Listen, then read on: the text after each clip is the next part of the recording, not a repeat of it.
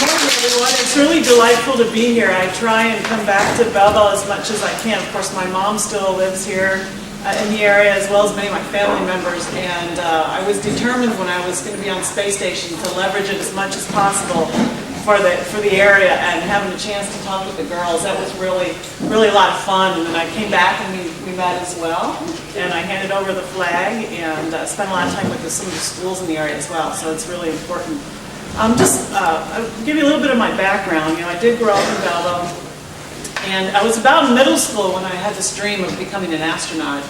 And I was really very shy about it. When you talk about Girl Scouts building confidence, that really resonates with me, because I had this sort of feeling, oh yeah, why would I get to be an astronaut? I'm just a girl from a small town in southern Illinois, so I was really afraid that people were going to make fun of me about it. I told my parents, but I really didn't share it that much. And I focused on physics. Oh, sorry. Is that a little better? Yes. Excellent. So I focused on physics because I didn't know anything about engineering. I had no engineers in my family. My mom was a nurse. My dad was in insurance.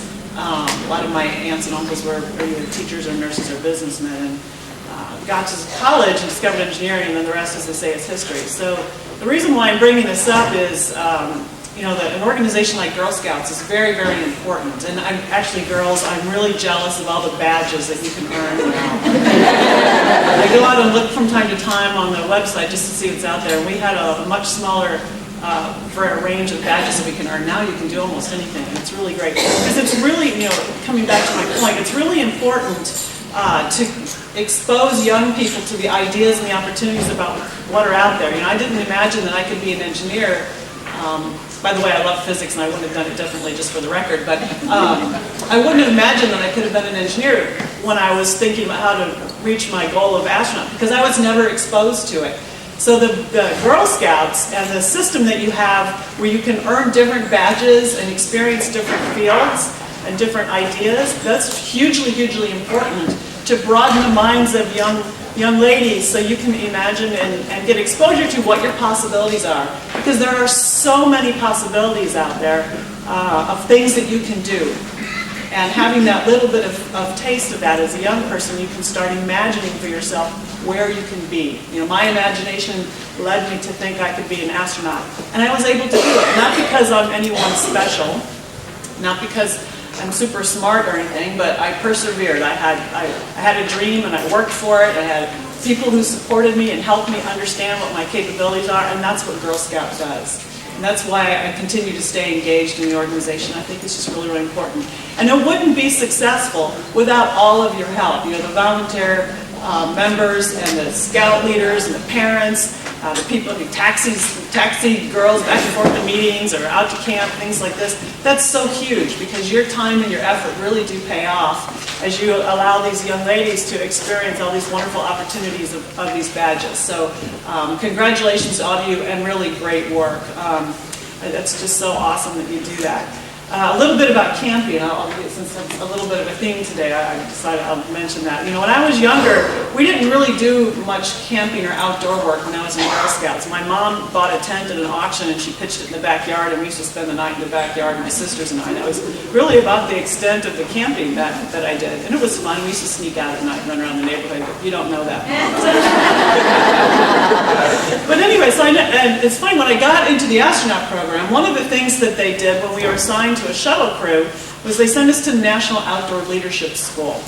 For those of you that don't know what that is, it's sort of a camping experience where you go out for 7 days or 10 days, or really they have a variety of programs, and it's designed for young adults and college and high school students. But they sent us out as a crew, and you go out and you spend that amount of time backpacking. So my first trip was to the Utah Canyonlands. And we went out as a crew, seven people, and with the leaders, and you take turns being a leader every day, and you map your route. You have to find water and figure out where you're going to spend the night, and figure out the route through the canyons, in our case, where we're going to go, and deal with the obstacles along the way. I'd never done it before. I'd never done that before, backpacking.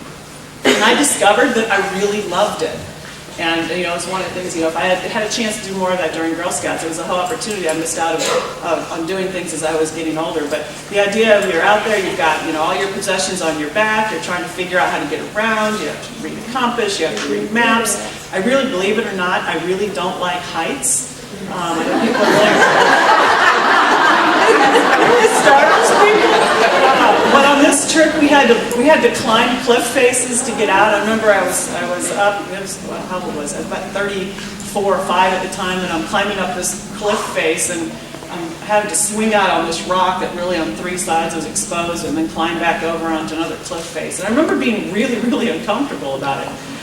But it was fun at the same time because it's challenging. We had to rappel down another cliff face, and stepping off with your back to a big wide open space like that's a little unnerving. But it was really, really fun, and it builds, even then, it was building confidence in my abilities. It's like, hey, this is fun. I should do more of this. This is really great. And that's what you get from going out and doing these outdoor activities. You get out there and you discover at any age, because I was, again, 34, 35, I forget, out there discovering things that I didn't know that I could do, and building confidence in a completely new way. So it's really, really important. I love it so much that I've since did the Inca Trail and went to Machu Picchu, and I've climbed Mount Kilimanjaro. And when I'm finished with my current job, I'm planning on taking some time off to do more of these kinds of activities. So having exposure to that at a young age is really great, because it does build confidence. You appreciate the outdoors, and it gives you a lot, again, wider ideas of what you could go do in the future. So I encourage you to use the camps. I'll put a plug in for you and give the girls the opportunity to do that. Because I'm 50 now, and I'm just now starting that phase of my life. And I'm a little creakier than I was when I was older, so I have to approach it a little bit more cautiously. But back to Girl Scouts, it's a really, really great opportunity for people to expand their minds. I find when I talk to young people, because you have this normalized idea about how the world works. When I was growing up, I kind of had this idea that everybody eats dinner at 5 o'clock every night, and everybody talks about things like this at the dinner table, because when you're young, all you see is what's around you, and continuing to expand that bubble is really important. I think that's one of the things I enjoyed a lot about being an astronaut, besides the flying in space part, which, by the way, is really fun. Which we can talk about, because I will take questions and answers here in a moment. But that idea that you're in an environment where you're constantly learning, and for the young people of today, that's going to be a mark of your whole life, because technology is changing so fast, how we interact with the world and how the world is changing, that you're going to be in a constant learning mode. And I think enjoying that and getting that love of learning, which working on badge after badge after badge does, you keep getting that excitement about learning something new, and that challenge of learning something new. And being an astronaut was a lot like that, because I had to learn a whole bunch of stuff. And that was what's made the job so exciting. And having a life that's like that, where you're in an opportunity to learn and learn and learn and explore new things. It starts with, in many ways, this badge system that the Girl Scouts has, that you can build that love of learning into who you really are as a person. Because that's what really is required to be successful in life and have a happy and important and satisfying life. So when I give talks, I really don't like to just talk at people.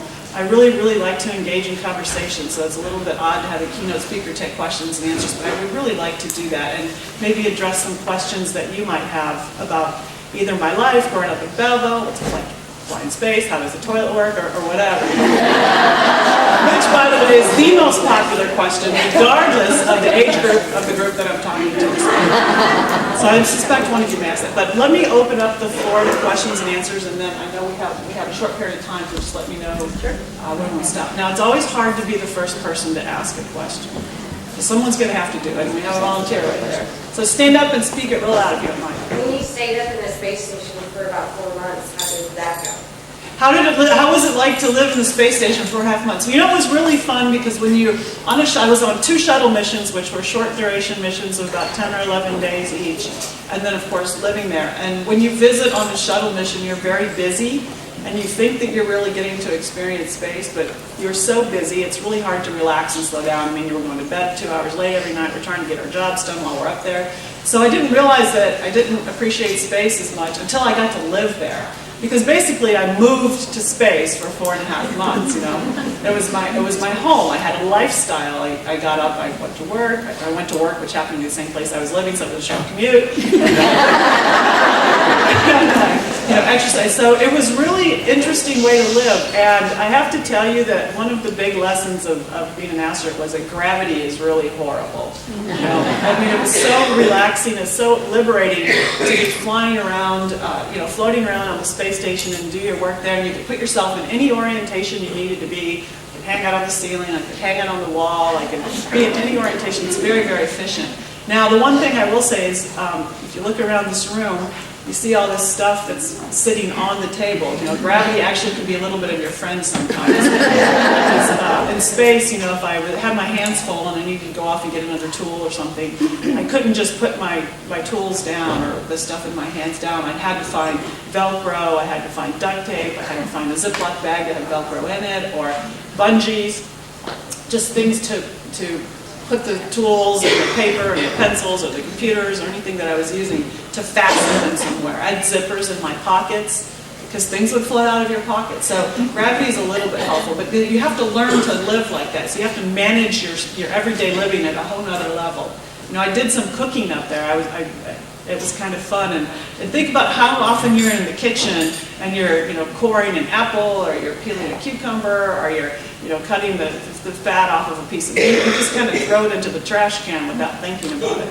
That works because gravity keeps that stuff in the trash can. And so I used actually duct tape to hold the trash down, and then the duct tape would get filled up because I'd use all the adhesive surface area, and then I'd have to roll that up into a ball, put that into a smaller trash can, and put out some more duct tape. So it was there's a lot of overhead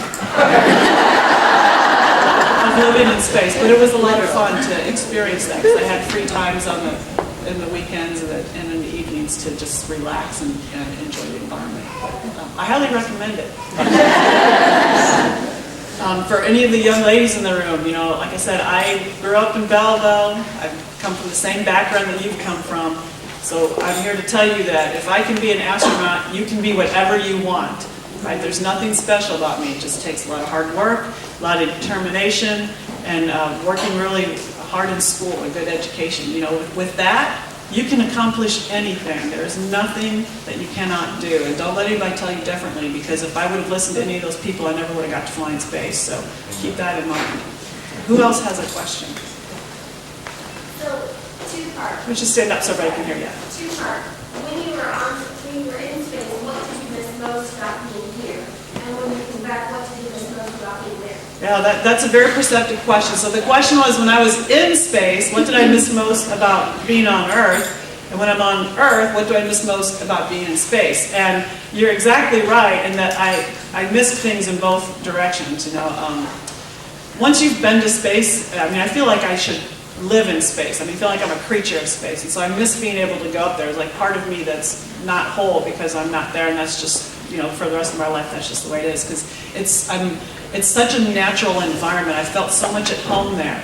And it's just a spectacular place to live. I would go in a heartbeat. You talk to any former astronaut, and like professional athletes and things like that, we get so many flights and we have to move on to let the next generation come in and fly. So I flew 3 times. It's like, okay, it's time to move on. But it's not without a lot of regret. And so looking out the window and seeing our planet and experience our planet in that way, seeing it as an external place and a home for all people. And by the way, our planet looks extremely beautiful and very fragile. I saw you. Did you? So I miss being able to look down at our planet and observe it in that way and enjoy it that way. Now, alternatively, and along the same lines, when I was in space, I actually missed being able to go outside. So I've had 2 different experiences of our planet, right? The one where I'm outside of our planet looking in and appreciating it from above, from a distance, and then the experience we're here, which you guys all share with me, the idea of going outside and experiencing our planet in a more intimate way. And so it's funny, when we landed after the shuttle picked me up and brought me home after 4.5 months, they opened the hatch, of course, to let us out of the shuttle. And when they opened the hatch, a breeze came in we landed in Florida, a Florida breeze came in, and I smelled the earth. That musty, I was a little humid at that point, earth smell. And I was so excited. And the guys who came to pick me up, they're looking at me like, I go, guys, that's a fresh breeze, that's wonderful. And they're looking at me like I'm crazy because they only been up there for 10 days or so. And you don't appreciate that until you haven't had it. So I would encourage you, again, going back to the being outdoors thing, which I didn't intend to do this, but I guess it dovetails right in. You go outside and you stand in a forest and you just close your eyes and listen to the wind going through the trees. Or go outside and stand by a lake, there's a nice lake right out here, and just watch the water and listen to the streams go by, or feel the fresh air on your face, or feel the sun on your face, or walk barefoot. I know you guys don't have fire ants up here. We had them in Houston, you couldn't really walk barefoot. But walk barefoot in the grass. I mean, these are the things that I was missing, and don't take them for granted. Don't take them for granted, because certainly if we didn't have them, you would miss them. And sometimes it's hard to appreciate what's around you every day because it's so part of your normal life that you take it for granted. So don't take it for granted. But that's what I missed while I was on orbit. Yeah, who else has a question? How does the toilet work? How does the toilet work? How many other people wanted to ask that question that were afraid to? Come on, be honest. So actually, that's another area where gravity is actually very helpful. The toilets that we have here on Earth are designed well because everything kind of goes down away from you into the toilet and get,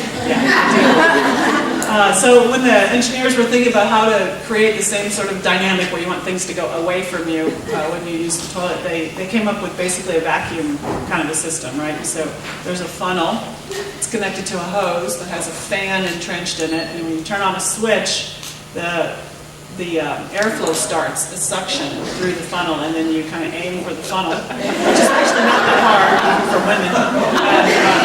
And as you aim, as you urinate into the funnel, the airstream picks up the liquid and it puts it in a tank, and there's a centrifuge kind of a thing in there that separates the liquid from the air, and then the liquid goes into the tank. Now, interestingly enough, on space station, we can recycle the urine, pull out all the bad stuff and recycle and make potable water out of it. And we probably recover about 70% of the water that way. Now for number 2, it's a little bit trickier. You have a small hole about this big, and you have to aim, put yourself on it, aim very carefully. Then you turn on the fan, and the same thing, there's some suction that pulls things away, and the solid waste we collect, and then it burns up in the atmosphere as part of the system that we have on station. It works really well. You're a little worried about it the first time because you've been told that it works really well, but you kind of have to build that confidence that it's but it does. It works very well. So it becomes very comfortable. So, yeah.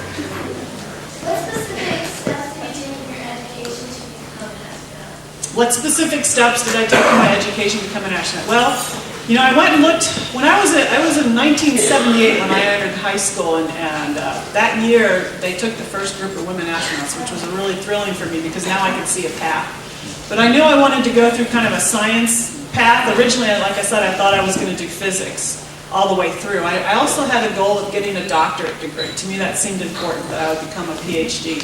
And I was going to study physics all the way through because I, again, didn't know engineering. So I was going to get a bachelor's degree in physics, a master's degree in physics, a PhD in physics, and I was going to apply to NASA.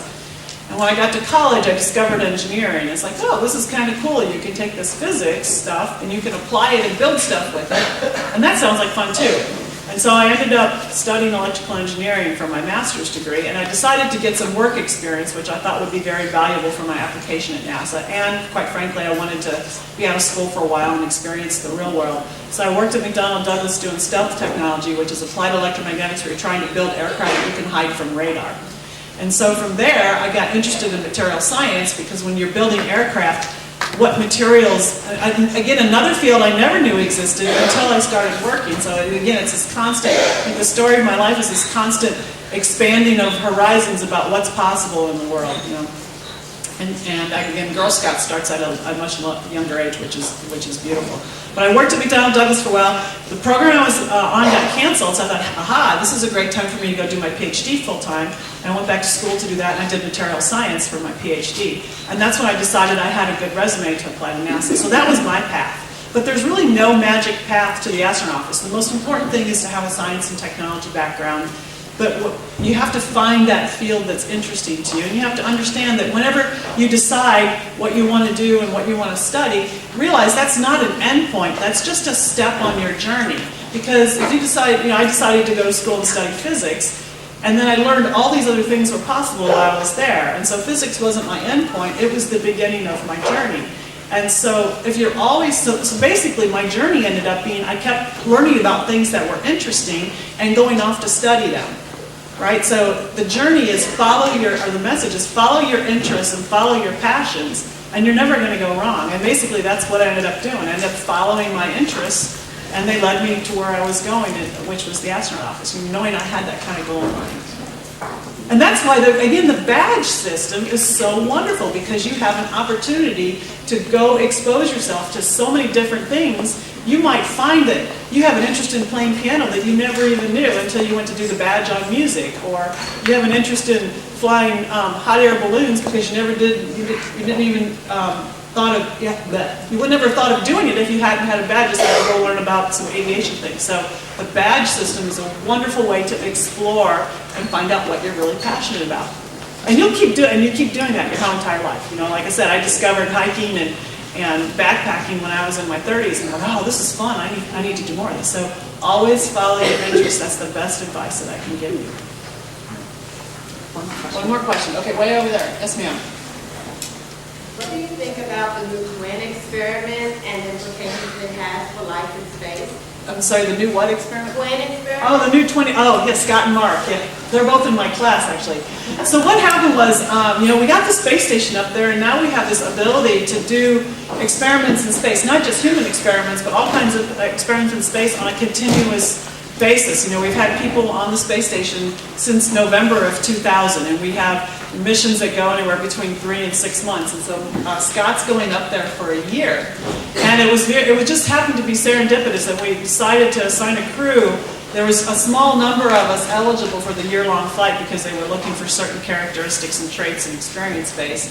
And there was a small number of us assignable to it, and Scott happened to be one of them. And they selected Scott, and then they realized, hey, he's got a twin. We could get some extra data out of this. This is awesome. So Scott, he just launched yesterday, for those of you who are aware, Scott launched yesterday with Michael Konyenko from Russia. They're going to spend a year on the space station, or actually it's just short of a year, but they're going to basically spend a year up there. And we're going to be gathering more data on what happens to the human body when we're in space for a long period of time. I'm basically a human guinea pig for the rest of my life. I go back to NASA every year, and they do a physical on me because they're tracking, I've been in space for 57 days or something, and so they're going to track my physical health for the rest of my life, as they are with other astronauts, to find out if there's any long-term effects. And so Scott, being up there for a year, will give them more data at real time, and then this tracking for the rest of his life. And it just so happens because Mark, his twin, who, oh, by the way, was also an astronaut and a naval aviator, will also go through this, and they'll have some data. It's not going to be conclusive because it's a sample size of 1, but because they're identical twins, they'll have some data at the genetic level, see if there's anything that's changing as well. And I think it's inform the way we design operations and systems and missions going forward as we reach further beyond our own planet. So it's going to be valuable data. NASA's thinking about whether or not we should do more one-year missions and get further data, but that's still kind of in the back burner until we get our capability back to launch our own people into space, which should be about 2017. There's 2 companies, Boeing and SpaceX, that are working on spacecraft that will launch astronauts from the United States again. When the shuttle retired, we became dependent upon the Soyuz over in Russia, and it's really handy to have, and it's a really good idea to have a redundant system, and again for the U.S. to have its own launch capability. So they'll probably, in the 17-18 time frame, you may hear some more about longer missions like this one. So this is the first, but I think it's really exciting, and I would trade places with Scott for a minute, actually. But I think I'd probably need to sign off. So thank you for your questions, and again, thank you all for what you do for the Girl Scouts. It wouldn't be so successful without the volunteers and the enthusiasm and the passion for the volunteers. So, my hat's off to you.